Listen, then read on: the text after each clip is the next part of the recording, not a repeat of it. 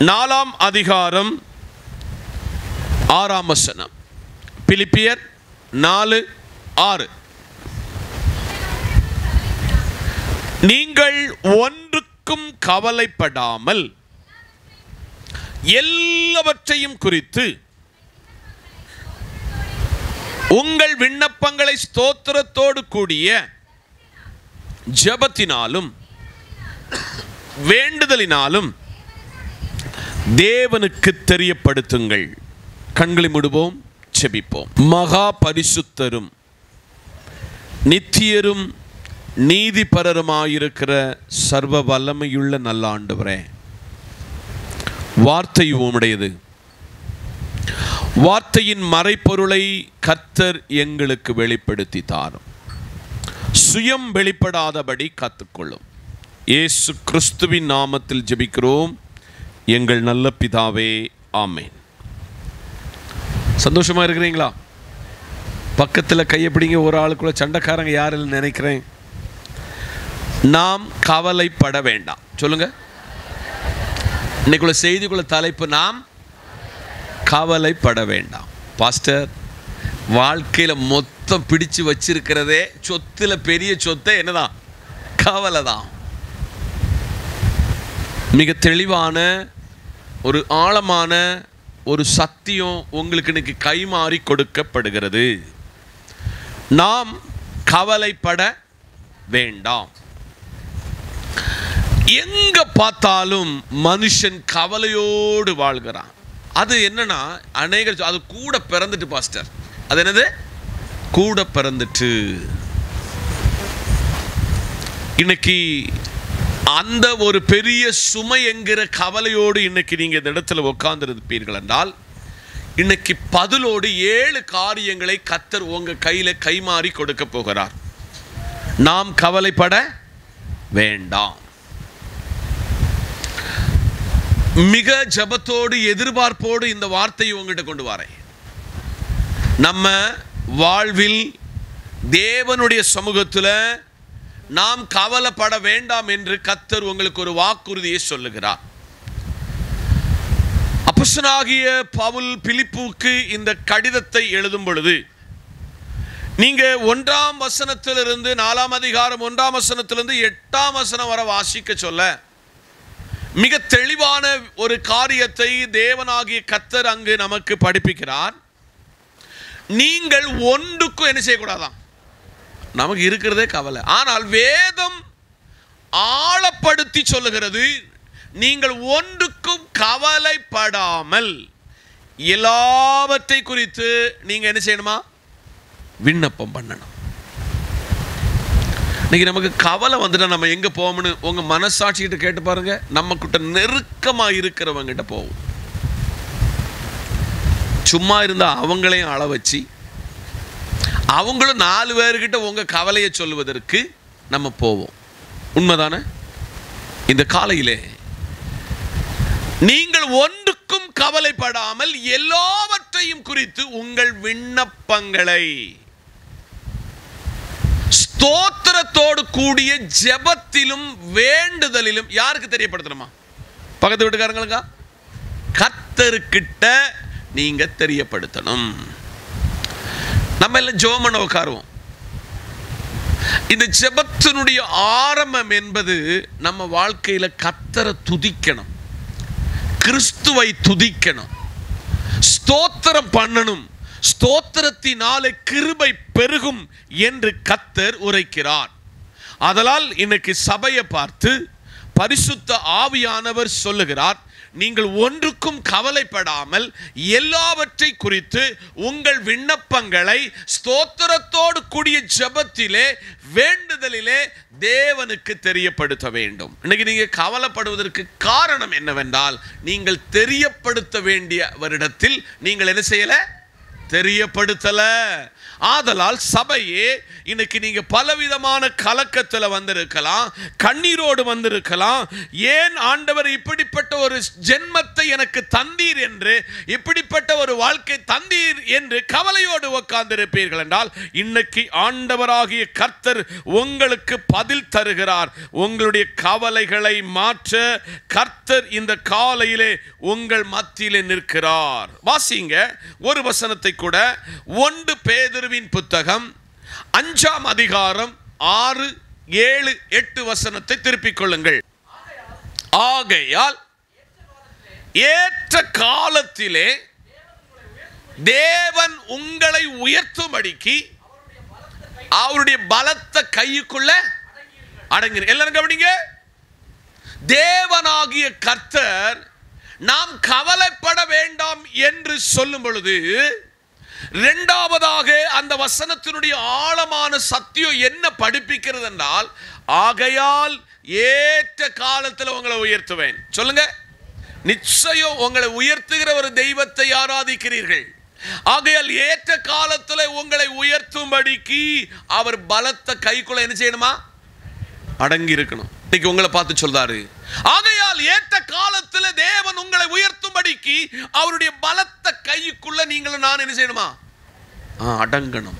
மனைவியே, உன் கணவனுக்கு அடங்கி வாழணும்னு இந்த பைபிள் சொல்லுது. பிள்ளைகளே, உங்க பெற்றோருக்கு நீங்க அடங்கி வாழணும் என்று படிப்பிக்கிற புஸ்தகம். 7ஆம் வசனம். அவர் உங்களை விசாரிக்கிறவரானபடியினால் உங்கள் கவலைகள் எல்லாம், கையை பிடிச்சு மறுபடியும் சொல்ல போறோம், அவர் உங்களை விசாரிக்கிறவரானபடியினால் கவலைப்படாமல் அவர் மேல என்ன செய்யணும்? வச்சிரணும். ஆனால் இன்னைக்கு காலையில கர்த்தராய் இருக்கிற தேவனாகிய கிறிஸ்து சொல்லுகிறார், உங்களை விசாரிக்கிற ஒரு தெய்வத்தை ஆராதிக்கிறீங்க. உங்களை விசாரிக்கிற ஒரு அல்மைட்டி பவர் உள்ள இயேசப்பாவை நீங்க ஆராதிக்கிறீங்க. ஆதலால் இன்னைக்கு பேதுருவுக்கு இந்த புத்தகத்தை பரிசுத்தாவியினால் ஏவி எழுதப்பட்ட புஸ்தகத்தில் சொல்லுகிறார், அவர் கிறிஸ்து உங்களை விசாரிக்கிறவரானபடியினால் உங்க கவலைகள் எல்லாம் அவர் மேல. ஒரு இடத்துல சொல்றாரு, உங்க கவலையெல்லாம் எங்களை தோள்ல கொடுத்துருங்க, நான் உங்களுக்காக சுமக்கிறேன். அல்லேலூயா, அல்லேலூயா.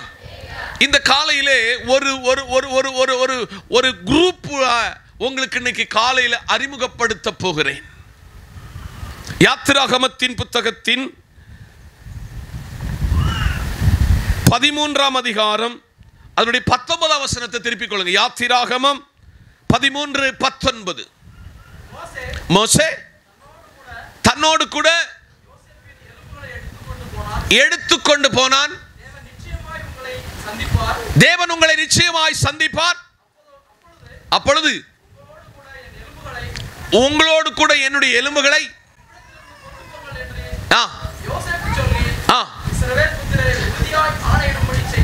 கரங்களை தட்டி. யோசேப்பை தேவன் எகிப்திலே உயர்த்தினார். யோசேப்பு நிமித்தம் அந்த குடும்பங்கள் ஆசீர்வதிக்கப்பட்டது. யோசேப்பு நிமித்தம் இந்த சந்ததிகள் பெருகினது. ஆனால் யோசேப்பு அந்த தேசத்தில் அடங்கி இருந்தான். அடுத்து ஒரு காரியம் கூட அவன் மென்ஷன் பண்ணுதான், நான் மரித்து போவேன், நான் வயது சென்று மரித்து போவேன், என் எலும்புக்குள்ள ஒரு பீஸ் கூட எகிப்தில இருக்கக்கூடாது. இன்னைக்கு நமக்கும் ஆண்டவர்கிட்ட அடங்கி போகிற அனுபவம் இருக்கிறதா? நீங்க ஏசப்பா கிட்ட அடங்கி போயிட்டீங்கன்னா நீங்க எல்லா இடத்துலயும் அடங்கி போயிருவீங்க. இன்னும் ஒரு வசனத்தை கூட ஞாபகப்படுத்துகிறேன். உபாகமங்களின் புத்தகம் 9:26. கர்த்தராயிருக்கிற ஆண்டவரே,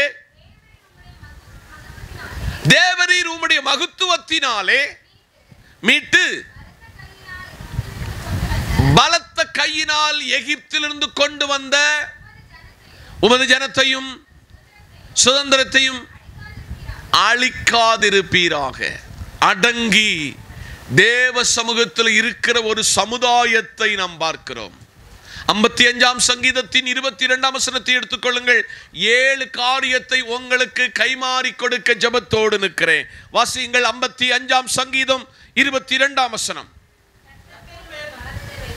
கர்த்தர் மேல் பாரத்தை வைத்துவிடு, அவர் உன்னை ஆதரிப்பார், நீதிமானை ஒருபோது தள்ள மாட்டார். கரங்களை தட்டி.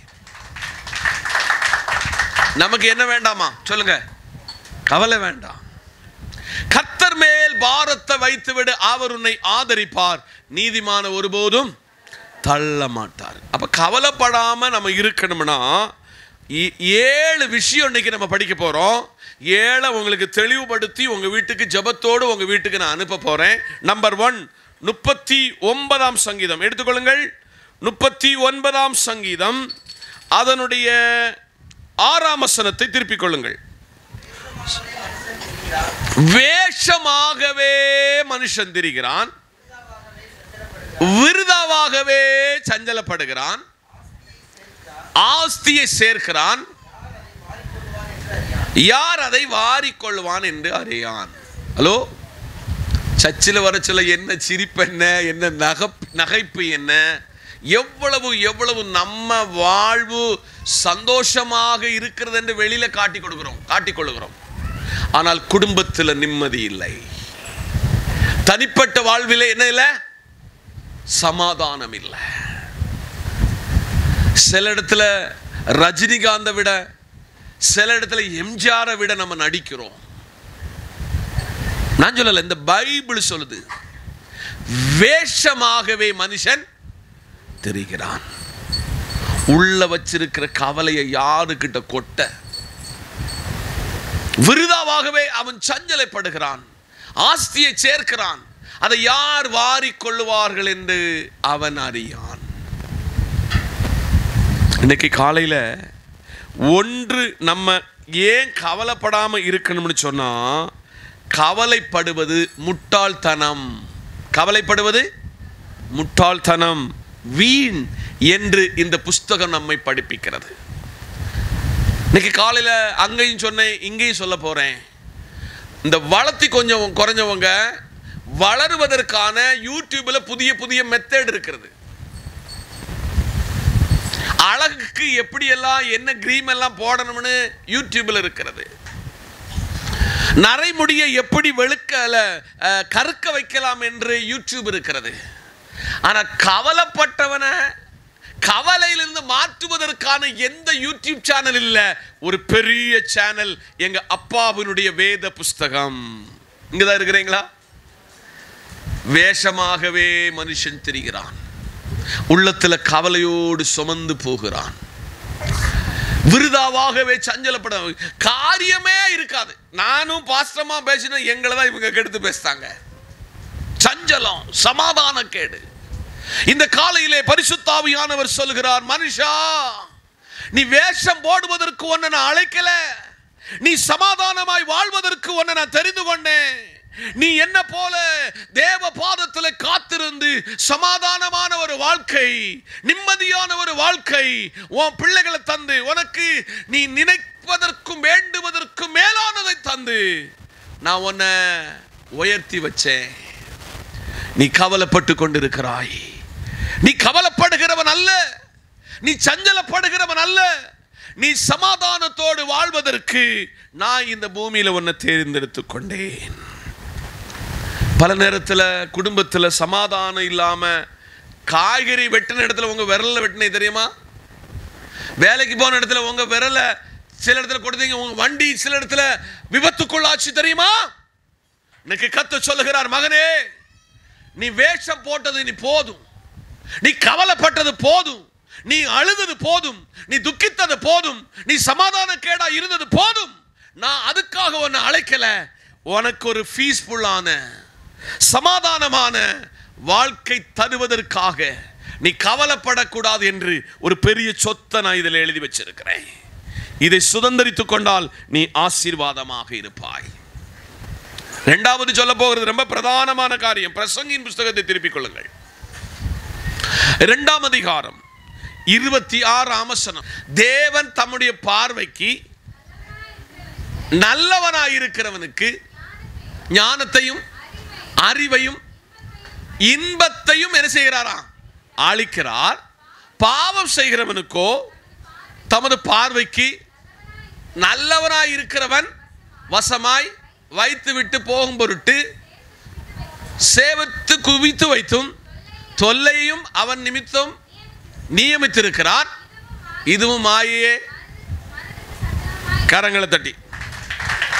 2, நீங்களும் நானும் கவலைப்படாம இருக்கணும்னு சொன்னா அல்லேலூயா, பாவத்தை விட்டு வெளியில விலகணும். என்னத்தை விட்டு? இப்ப இந்த வசனத்தை நான் பல நேரத்தில் வாசித்து அசை போட்ட உடனே ஆரம்பத்தில் இந்த வசனத்தை வாசிட்டு ஒண்ணுமே எனக்கு பிடி கிடைக்கல. இப்போ அந்த வசனத்தை உங்களுக்கு விளக்க போறேன். ரொம்ப கவனமா இருக்கணும். ரொம்ப ஆழமான சத்தியம். முடிஞ்சால் இந்த வசனத்தை மனப்பாடம் செய்யுங்க. தேவன் தமது பார்வைக்கு நலமாயிருக்கிறவனுக்கு ஞானத்தையும் அறிவையும் இன்பத்தையும் அளிக்கிறார். இங்கதான் இருக்கிறீங்களா? தேவனுடைய பார்வையில், பாஸ்டருடைய பார்வையில் அல்ல, உங்க அப்பா அம்மாவுடைய பார்வையில் இல்ல, உங்க கணவன் மனைவியுடைய பார்வையில் அல்ல. நீங்கள் தேவனுடைய பார்வையில் நல்லவனாயிருந்தால் அவனுக்கு என்ன கொடுப்பாராம்? ஞானம். 2, அறிவு. 3, இன்பத்தை அளிக்கிறார். இந்த 3 காரியம் உங்ககிட்ட ஏன்ட்டு இருக்கான்னு ஒன்று இப்போ அனலைஸ் பண்ண போறோம், ஒன்று டெஸ்ட் பண்ண போறோம்.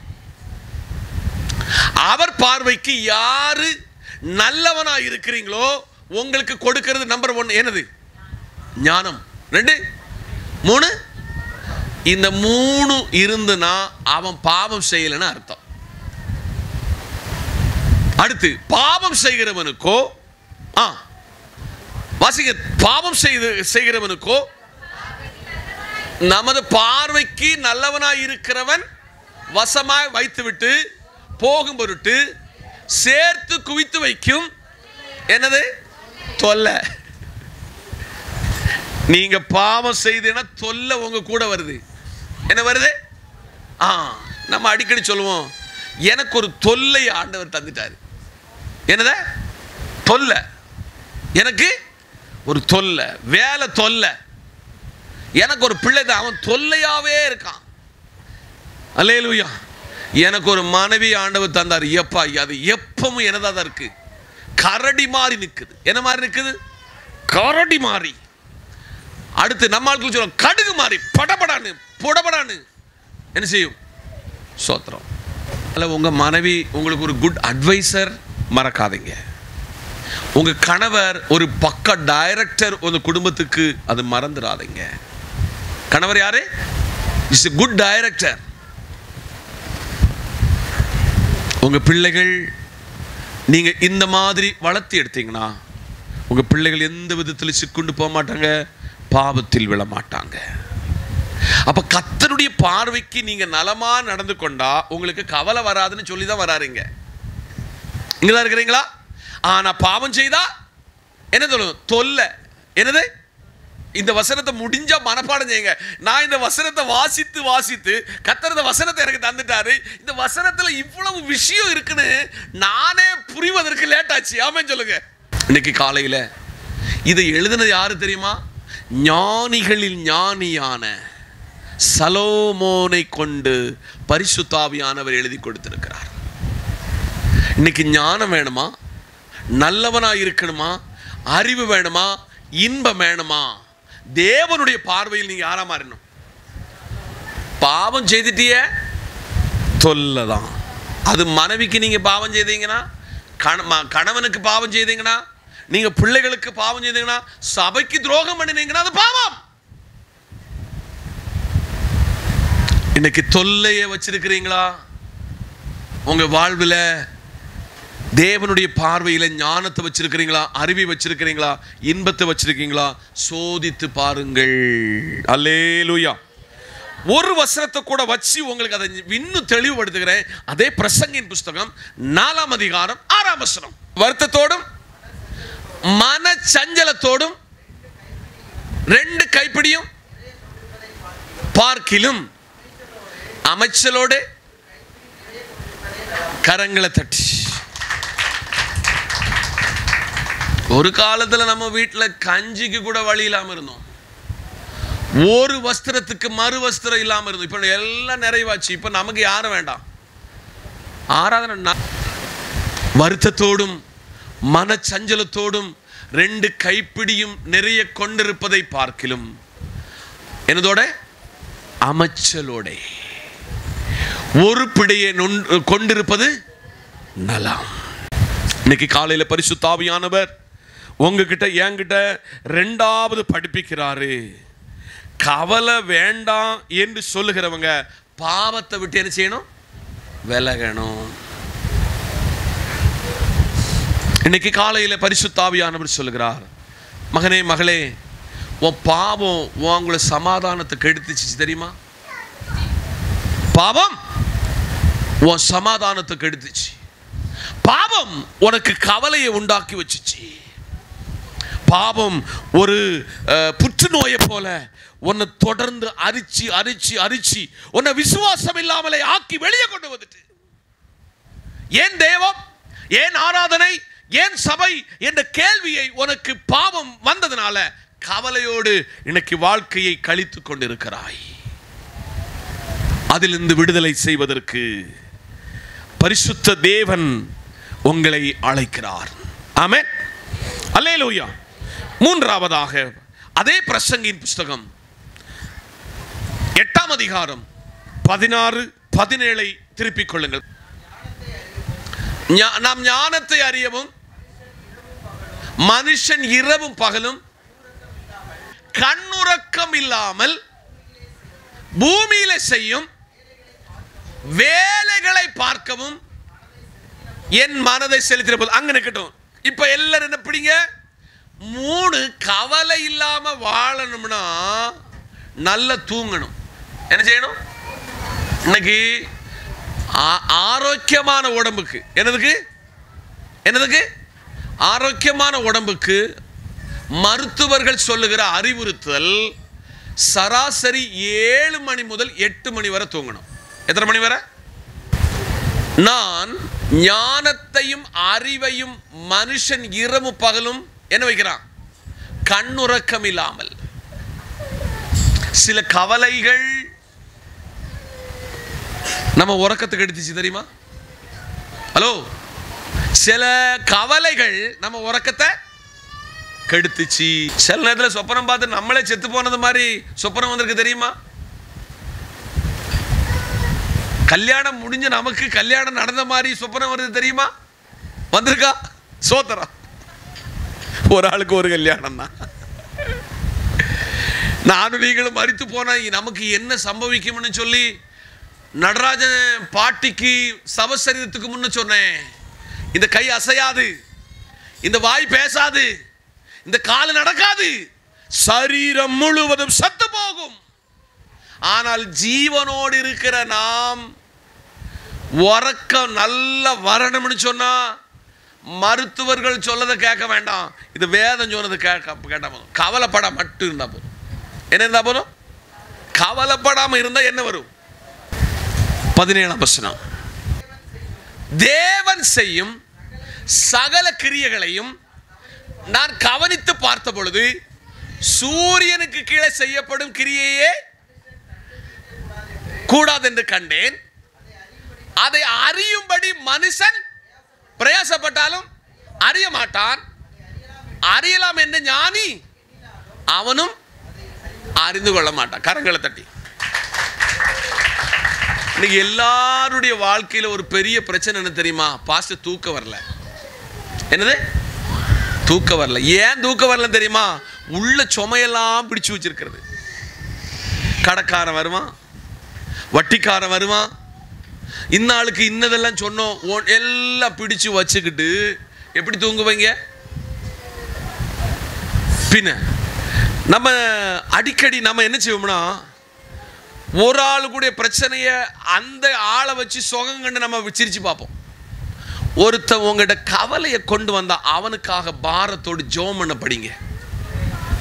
அடுத்து அவனுக்கு சொல்லுங்க, இந்த பிரச்சனை நீ என்கிட்ட கொண்டு வருவாத, இந்த பிரச்சனைய அவனும் உறக்கம் கெடுத்து கேட்டாலும் உறக்கம் கெடுத்து வாழ்வதை கர்த்தர் விரும்பல. இன்னைக்கு தூக்க கேடு வருவதற்கு கர்த்தர் சொல்லுதாரு, உங்க கவலை உங்க தூக்கத்தை கெடுக்குது. கவலைப்படாதீங்க. கவலைய ஒருவர் தோள்ல சொல்லிருங்க, என்னை அவர் பார்த்துக் கொள்வார்.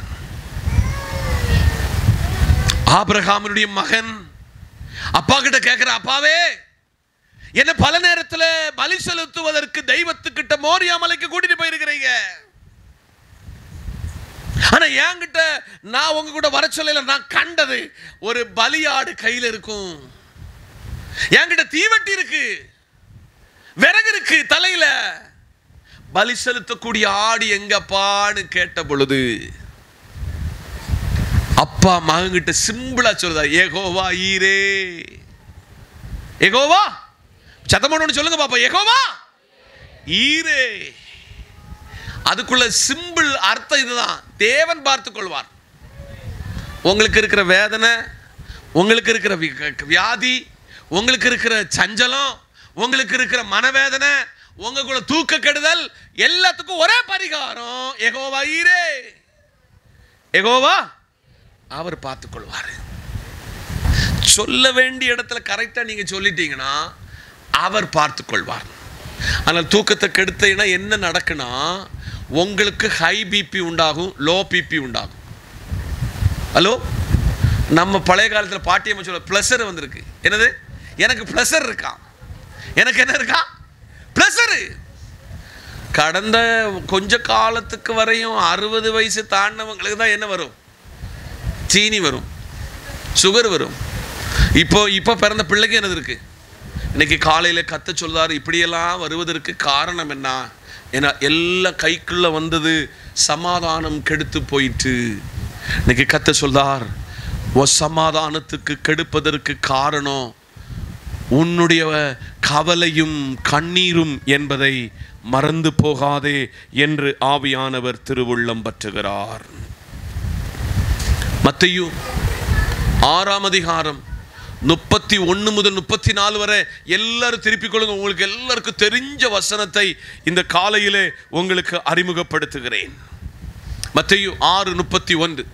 ஆகையால் எண்ணத்தை உண்போம், எண்ணத்தை குடிப்போம், கவலைப்படாதிருங்கள். எல்லாரும் பாருங்க, இன்னைக்கு அம்மாமாரே எல்லாரும் உங்க பீரோவில் உங்களுக்குள்ள சாரியை ஒன்று உங்க மனக்கணக்கில் கொண்டு வாங்க, உங்க சுடிதாரை ஒன்று மனக்கணக்கில் கொண்டு வாங்க. சகோதரிமாரை, நீங்க தான் வீட்டில் சமைச்சு வைக்கிறது. உங்க வீட்டில் இருக்கிற அரிசியினுடைய இன்னைக்கு இப்போ போய் உங்க வீட்டில் போய் எடுத்தீங்கன்னா அரிசிக்குள்ள அளவு எவ்வளவு இருக்கிறது, எண்ணெய்க்குள்ள அளவு எவ்வளவு இருக்கிறது, உங்க காய்கறியினுடைய அளவு எவ்வளவு இருக்கு. என்னாலும் இந்த மனுஷன் ஒண்ணுமே வாங்கி தர மாட்டாரு. இந்த மனுஷன்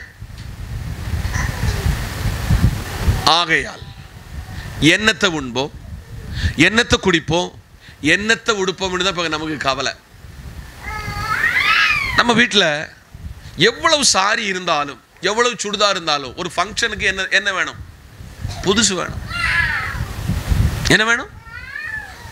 எடுத்து தந்தாதான் உங்க கூட கல்யாணத்துக்கு வருவேன். ஹலோ, பின்ன நமக்கு ஒரு பெரிய சீக்கு என்ன தெரியுமா, 10 காசு கையில் வந்தா அதை எப்படியாவது செலவழிக்கணும்.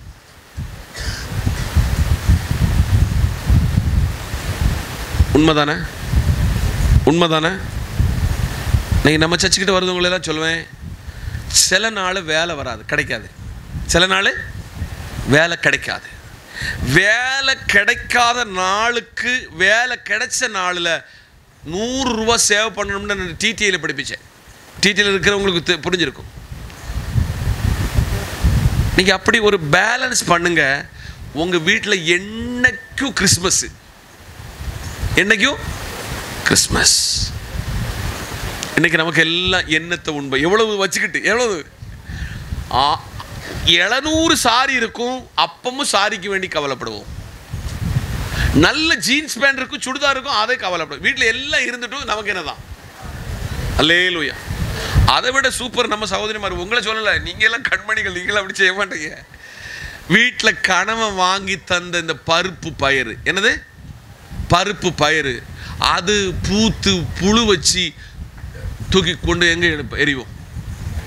சகோதரிமாரே, கிச்சனுக்கு போக சொல்ல நீங்கள் ஒரு வார்த்தை சொல்லணும். ஆண்டவரே, என் கணவனுக்கு என் பிள்ளைகளுக்கு நான் சமைக்க போகிறேன். நான் சமைக்கிற ஆகாரம் என்னதான் இருக்கணும்? ருசியாக இருக்கணும். ஜெபம் பண்ணுதீங்களா? இந்த கணவனுக்கு முன்ன வர சொல்ல, இந்த கணவன் ஒரு தள்ளுதல்வார். அப்பமே தெரிஞ்சுக்கிடணும், இந்த அம்மா வேணும்னு உப்பையும் ஏற்றி உரப்பையும் ஏற்றிட்டா. இப்போ 32ஆம் வசனம், 6:32. இவைகளெல்லாம் அஞ்ஞானிகள் நாடி தேடுகிறார்கள். இவைகளெல்லாம் உங்களுக்கு வேண்டியவைகள் என்று உங்க பரமபிதா கரங்களை தட்டி. இன்னைக்கு காலையில எனக்கு என்ன வேணும்னு சொல்லி எங்க அப்பாவுக்கு தெரியாது, எங்க அம்மாவுக்கு தெரியாது, என் மனைவிக்கு தெரியாது, என் பிள்ளைகளுக்கு தெரியாது, என் விசுவாசிகளுக்கு தெரியாது. என்னை உருவாக்கின தெய்வத்துக்கு தெரியும். கரங்களை தட்டி. இவைகளை எல்லாம் அஞ்ஞானிகள் நாடி தேடுகிறார்கள். இவைகள் எல்லாம் உங்களுக்கு வேண்டும் என்று உங்கள் பரமபிதா அறிந்திருக்கிறார். அதனால என்ன செய்யக்கூடாது? உங்களுக்கு என்னைக்கு ஒரு பெரிய செயின் தரணும்னு கர்த்தர் அறிந்திருக்கிறாரோ அன்னைக்கு அந்த செயின் அவர் தந்திருப்பாரு. என்னைக்கு உங்களுக்கு ஒரு சொந்தமான ஒரு வீடு வேண்டும் என்று கர்த்தர் திட்டம் வகுத்திருக்கிறாரோ அந்த திட்டத்தின் நாளில் அது சம்பவிக்கும். உங்கள் பரமபிதா உங்களை அறிந்திருக்கிறார். ஒரு பிள்ளை தான் இருந்துச்சு, 2 பிள்ளைய கர்த்தர் தந்தால் உங்களுக்கு கூட தெரியாது ஒரு கார் வாங்கணுமான்னு கர்த்தர் காருக்குள்ள முகாந்திரத்தை உருவாக்கி கையில சாவியை கொண்டு தருவாரு. அல்லேலூயா. இன்னைக்கு காலையில காலம் வந்த பொழுது எனக்குன்னு ஒரு காருக்கு வேண்டி ஓடின ஒரு அம்மா வாக்குது, மரியம் அம்மா. ஒரு இடத்துல இருக்கிற அந்த ஒரு டாக்டருடைய காரு எனக்கு அந்த காரை வாங்குறதுக்கெல்லாம் ஐடியா இல்லை. அவர்கிட்ட சொல்லி எங்க பாஸ்டருக்கு இந்த காரை வாங்கி கொடுக்கணும்னு அவங்க ரொம்ப பிரயாசப்பட்டாங்க. இன்னைக்கு உங்களுக்கு என்ன தேவை உண்டு என்பதை உங்களுக்கு தெரியாது, உங்க பரமபிதாவுக்கு தெரியும். உங்களுக்கு தெரியாது, உங்க பரமபிதாவுக்கு தெரியும். நீங்க இப்போ ரொம்ப சூடுல இருக்கிறீங்க, ஒரு வீடு, அந்த வீடு உங்களுக்கு தெரியாமல அந்த வீட்டை மாற்றி தருவதற்கு பரமபிதாவுக்கு தெரியும். ஆனால் அதுக்கு உள்ள டேம்ஸ் என்னன்னா 33ஆம் வசனம். முதலாவது தேவனுடைய ராஜ்யத்தையும் அவருடைய நீதியை தேடுங்க, அப்பொழுது இவைகள் எல்லாம். புரிஞ்சுட்டா? இனி அடுத்த வசனம் ரொம்ப பிரதானமானது. 34ஆம் வசனம் திருப்புங்க. ஆகையால் நாளைய குறிச்சு என்ன செய்யக்கூடாதான்? கையை பிடிங்க எல்லாரும். நாளைய குறிச்சு நாளை. இன்னைக்கு உங்க கணவன் எல்லாம் உங்க கையில வாங்கி தந்துட்டாரு. ஏன்னா நாளைக்கு என்ன வைக்கிறது, நாளைக்கு மெனு. அதுக்கு ஏன் இதெல்லாம் உங்களுக்கு பிடிச்சு சுத்தி கொண்டு வரோம்னா, நாளைய குறித்து நீங்க என்ன செய்ய வேண்டாம். நாளைய குறித்து கவலைப்படுவது அந்த நாள் தான் என்ன செய்யணும். நீங்க என்ன செய்யக்கூடாது, கவலைப்படக்கூடாது. இன்னைக்கு காலையில பொருத்தனை பண்ணுங்க. ஆண்டவரே, நான் நாளைய குறித்து கவலைப்படுகிறேன். வீடு கட்டி பதில் நிற்கா. இன்னைக்கு போய் வீட்டில் சொல்லு, நான் இந்த வீட்டுக்கு வேண்டி நான் கவலைப்படவே மாட்டேன். நான் இந்த வீட்டுக்கு வேண்டி உங்க கடத்தை எழுதி சொல்லுங்க. ஏ கடமே, இந்த கடத்துக்காக நான் என்ன செய்ய மாட்டேன், கவலைப்பட மாட்டேன். சரீரத்தில் இருக்கிற பலவீனத்தை பார்த்து சொல்லுங்க, இந்த சரீரத்தில் உள்ள பலவீனங்களை பார்த்து நான் பயப்பட மாட்டேன், கவலைப்பட மாட்டேன். அவர் பார்த்துக் கொள்வார். நாளைய தினத்தை குறித்து எது கவலைப்படாதீங்க. நீங்க இதை அப்படியே உள்வாங்கின்னு சொன்னா நீங்க ஃப்ரீ மைண்டோடு இன்னைக்கு தொட்டு போவீங்க. நீங்க இந்த ஊர்ல பெரிய ஆளு. ஆமென், அல்லேலூயா. ஆதலால் நீங்களும் நானும் தேவ பராமரிக்கையில் நம்பிக்கை இல்லாமல் மாறணும்னா கவலை வரும். நம்பிக்கையில வந்துட்டீங்கன்னா நீங்கள் ஆசீர்வதிக்கப்படுவீர்கள். அல்லேலூயா. 5 மத்தேயு 13:7-22 வாசிங்க பாப்போம். மத்தேயு 13:7. சில விதை விழுந்தது, முள் வளர்ந்தது, அதை சோத்திரம். அல்லேலூயா. உங்களுக்கு தேவையானது இன்னதென்று அறிந்த கர்த்தர் உங்க ஊழியக்காரனை கர்த்தர் பாதத்தில் அமர வச்சு உங்களுடைய ஆகாரத்தை உங்களுக்கு தருவதற்கு எவ்வளவு சித்தம் உள்ளவராய் இருக்கிறார். கரங்களை தட்டி கவலை வருவதற்கு காரணம் வசனம் உங்களை நெருக்கி போடுகிறது. வசனம் உங்களை நெருக்கி போடுகிறது. சர்ச்சில் நல்ல வசனம் தான் உங்களுக்கு கொடுக்கப்படுது தெரியுமா? ஆனால் இந்த படியை விட்டு போனோம்னா வசனம் என்ன பேசினாலும் தெரியாது. ஒன்று. ரெண்டாவது, இதை ஒருத்தன் வந்து உங்கள் இருதயத்திலேருந்து என்ன செய்தான், எடுத்துட்டு போட்டுறான். ஆமாம், பாஸ்டர் வழக்கம் போல இதுதான் பேசுவார். இது பேசுறதுக்கு தான் இந்த மனுஷனை வச்சிருக்கிறார். அல்லேலூயா. உங்களை சோப் பண்ணி ராரோ ராரோ ராரோன்னு சோத்திரம். நான் சொல்லுவேன், யாரெல்லாம் கூடுதல் காணிக்க கொடுக்குறீங்களோ உங்களுக்கு தான் ரொம்ப கடி கிடைக்கும். அல்லேலூயா, அல்லேலூயா. உங்களுக்கு தான் அதிக கடி கிடைக்கும். இன்னைக்கு காலையில் சில விதைகள் எங்கயா உள்ளுள்ள இடங்களில், இந்த கேம்பஸை விட்டு போக சொல்லதான் இந்த வசனத்தை ஆழமா இன்னும் சிந்திக்கணும். வேலைக்கு போக சொல்ல இந்த வசனம் உங்க முன்ன வரணும். வேலை பார்த்துக்கிட்டு இருக்க சொல்லதான் உங்களுக்கு இது உங்களுக்குள்ளே அசை போடணும். 22ஆம் வசனம் 13:22. முள்ளுள்ள இடங்களில் விதைக்கப்பட்டவன் வசனத்தை கேட்டவனாயிருந்தும் உலகத்தின் கவலைகள் ஐஸ்வர்யத்தின் மயக்கம் வசனத்தை நெருக்கி போடுகிறதுனால சோத்திரம். என்னைக்கு பெரிய 25, 30, 45 இன்ச்சி டிவி வந்துச்சோ நம்ம சமாதான கேடு அங்கே வந்துட்டு. ஹலோ, ராஜன் பாஸ்டருக்கு ஒரு டிவி தந்திருக்கிறாரு. அந்த டிவிக்கும் ராஜன் பாஸ்டருக்கும் மனைவி பிள்ளைகளுக்கும் என்னது இருக்கு? இதுகளை சில விருந்தாளெலாம் வந்து பதுக்க கேடிவியெல்லாம் வைப்பாங்க. ஐயா இங்கே வாங்க, இந்த வீட்டில் கேடிவிக்கு என்ன கிடையாது, இந்த வீட்டில் என்ன கிடையாது, கேடிவிக்கு அனுமதி இல்லை. இந்த வீட்டில் காமெடி டிவிக்கு என்ன இல்லை, ஆதித்யா ஏதோ ஒரு டிவி இருக்கு, என்ன அது பேர் என்ன, ஆதித்யா டிவிக்கு இந்த வீட்டில் அனுமதி இல்லை. இன்னைக்கு பணம் வந்த உடனே கர்த்தர் வேண்டாம், பணம் வந்த உடனே ஆராதனை வேண்டாம், பணம் வந்த பொழுது பாஸ்டர் வேண்டாம். இன்னைக்கு காலையில் எனக்கு ஒன்று சொல்லணும். முள்ளுள்ள இடங்களில் விதைக்கப்பட்டவன் வசனத்தை கேட்கிறவனாயிருந்தான். உலகத்தின் கவலையும் ஐஸ்வர்யத்தின் மயக்கமும். நான் நடந்த ஒரு சம்பவத்தை உங்களுக்கு சொல்லுகிறேன். கேரளாவில் இந்த ஒரு தோல் பஞ்சஸ் போட்டுக்கிட்டே ஒரு ஐயா ஊழியம் செய்தாராம். அப்புறம் ரோட்டில் வரதவங்க பார்க்குறவங்களுக்கெல்லாம் கைப்பிரதி கொடுப்பாராம். ஒரு வயசான அம்மச்சி, ஒரே மகன் தான், கணவர் இறந்து போயிட்டாரு. எப்போ வந்தாலும் இந்த பாஸ்டரை விடாது. ஆறு இந்த வயசான அம்மா விடவே விடாது. மோனு வேண்டி பிரார்த்திக்கணும், அவனுக்கு நல்ல படிப்பு கொடுக்கணும், ஜெபம் பண்ணணும். அவரும் காத்திருந்து போய் அந்த வீட்டுக்கு ஜெபம் பண்ணுவார். அல்லேலூயா. ஒரு நாள் அந்த ஊர்ல இருந்து டிரான்ஸ்ஃபர் ஆகி போயிட்டாரு. அல்லேலூயா. டிரான்ஸ்ஃபர் ஆகி ஊழியத்தின் நிமித்தம் டிரான்ஸ்ஃபர் ஆகி போயிட்டாரு. ஒரு 15-20 வருஷம் கழிஞ்சு அங்கே ஒரு கல்யாணம் நடந்திருக்கு. அப்போ கல்யாணத்துக்கு வந்த கூட்டத்தில் கேட்டிருக்கிறாரு. அது ஒரு ரோட்டுக்கு பக்கத்தில் புறம்போக்கில் இருந்தாங்களா அந்த அந்த அந்த சிஸ்டர் இருக்காங்களோ. அப்போ பார்த்தவர் கேட்டவர் சொல்ல, ஐயா அவர் வெளிய நிலையிலாயி அவங்க பெரிய நிலையில் போயிட்டாங்க. அப்போ அவருக்கு ஒரு சந்தோஷம். ஏடா நம்ம ஒரு நாள் இருந்து சாப்பாடு இல்லாமல் உபவசித்து ஜெபம் பண்ண, சரி அவங்களோட போய் பார்த்துருவோமே. வீடெல்லாம் கேட்டார், அட்ரஸ் கேட்டு போயாச்சு. போன உடனே காலிங் பெல் அடித்தாங்க. ஒரு நல்ல சுடிதார், ஒரு நைட்டி போட்டு ஒரு அம்மச்சி வந்தாங்க.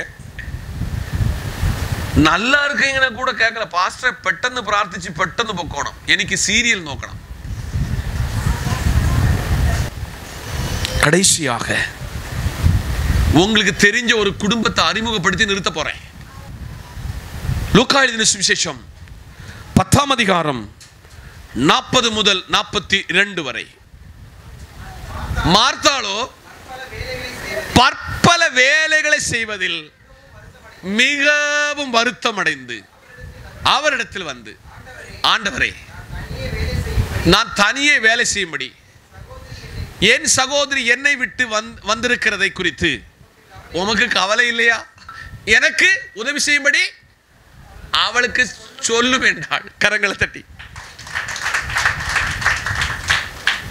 உங்க பொட்ட பிள்ளைகளை விவாகம் பண்ணி கொடுக்க சொல்ல நீங்க என்ன எதிர்பார்ப்பீங்க?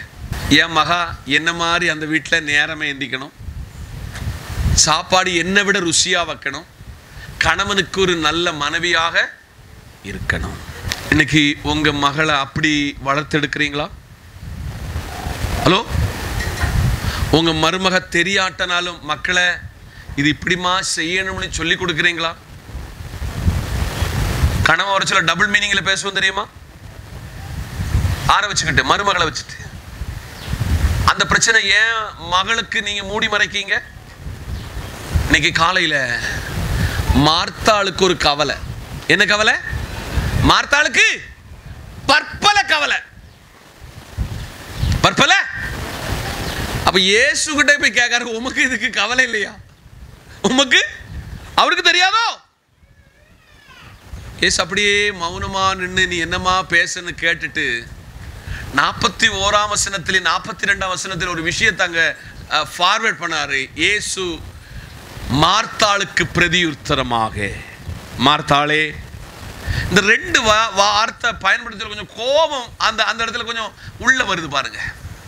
மார்த்தாளே, மார்த்தாளே, நீ அநேக காரியங்களை குறித்து என்ன செய்தே? அம்மாமாரே, அல்லேலூயா. கணவனுக்கு வாக்குப்பட்ட கணவனுக்கு செய்ய வேண்டிய எல்லா பணிவிடையும் செய்யணும். பைபிள் சொல்லுது, அந்த சரீரத்துக்கு அவன் தான் யாரு?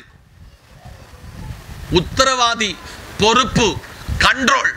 அவன் தான் அந்த சரீரத்தின் மேல் ஆதிக்கம் செலுத்தக்கூடியவன். இன்னைக்கு கணவனுக்கு சாப்பாடு வச்சு கொடுத்ததுனால எனக்கு நீர் வேண்டாம், டைவேஸ். என்னது? சாப்பாடு வச்சு கொடுக்கிறதுல ஒரு டைவேஸா? சாப்பாடு சாப்பாடு எனக்கு நீ எனக்கு டைவர்ஸ் தரணும், பிள்ளை நீ வச்சுக்கா. எங்கயா நியாயம்? எங்கயா வேதம்? எங்க சத்தியம் என்பதை நீங்கள் அறிய வேண்டும். 42ஆம் வசனத்தில் என்ன ரொம்ப சிந்திக்க வச்ச வசனம், தேவையானது ஒன்று. ஹலோ அம்மாமார, இன்னைக்கு நீங்க இதை ஏற்றெடுக்கணும். தேவையானது ஒன்று. மரியாள் தன்னை விட்டு எடுபடாத நல்ல பங்கு. சர்ச்சில் ரொம்ப வாலிப பிள்ளைகள் இருக்கிறீங்க, என் கையில் நின்று வளர்ந்த பிள்ளைங்க, என்கிட்ட இருந்து சத்தியத்தை வாங்கினவங்க, நீங்க போற வீட்டில் நீங்கள் மரியாளை போல மாறணும். நீங்கள் யாரை மாறி போகணும்? அம்மாமாரே, நீங்க இன்னைக்கு ஒரு பொருத்தனை பண்ணணும். நான் இந்த மார்த்தாளை போல இந்த மலையாளத்தில் குசுண்டியும் குசுரித்தனமும் ஏசினியும் இதெல்லாம் என்ன செய்யக்கூடாது? செய்யக்கூடாது. இது யாருக்கிட்ட போய் சொல்லுதானா? ஏசப்பா கிட்ட போய் சொல்லுதா பாருங்க. ஏசப்பாவுடைய பாதத்தில் சத்தியத்தை மட்டும் கேட்க உட்கார்ந்திருந்த மரியாள் மார்த்தாளை போய் கம்ப்ளைண்ட் சொல்லுதா?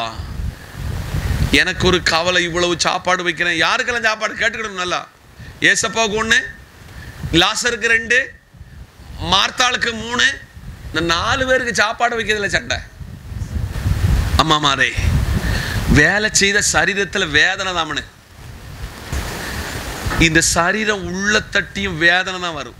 வேதனைன்னு படுத்துட்டிய வீடு பின்ன வெறிச்சு ஓடிடும், வீடு இல்லாம ஆயிரும். பெண் இல்லாத வீடு என்னது?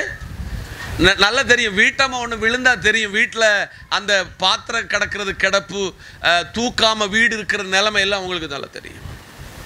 முடிக்க போறேன். இன்னைக்கு காலையில் தேவையானது ஒன்று. மரியாள் தன்னை விட்டு எடுபடாத என்ன பங்கு? நல்ல பங்கு. இப்போ பக்கத்தில் இருக்கிறவங்கிட்ட கடைசியாக இன்னைக்கு கைப்பிடிச்சு சொல்லுதீங்க, நாம் கவலைப்பட வேண்டாம். நாம் கவலைப்படுவது முட்டாள்தனம். சொல்லுங்க, கவலைப்படுவது முட்டாள்தனம்.